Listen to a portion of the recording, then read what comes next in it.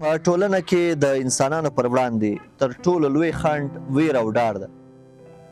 هغه انسانان چې په خپله کاري ساحه کې ویریږي او د خلکو له خبرو ډار لري، هغوی هېڅکله فعالیت او پرمختګ نشي کولی.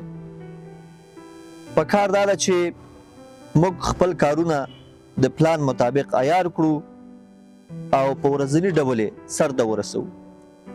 د خلکو خبرې او نیوکې اورېدل هم یو اړینه خبره ده.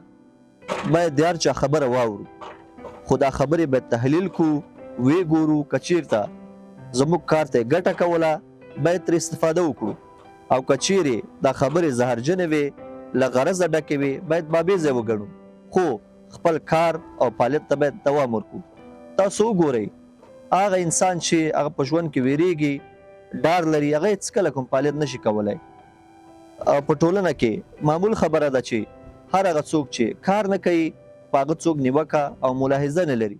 څوک چې کار کوي په هغه خلک خبرې کوي، په هغه ملاحظې لري او په هغه نیوکې کوي.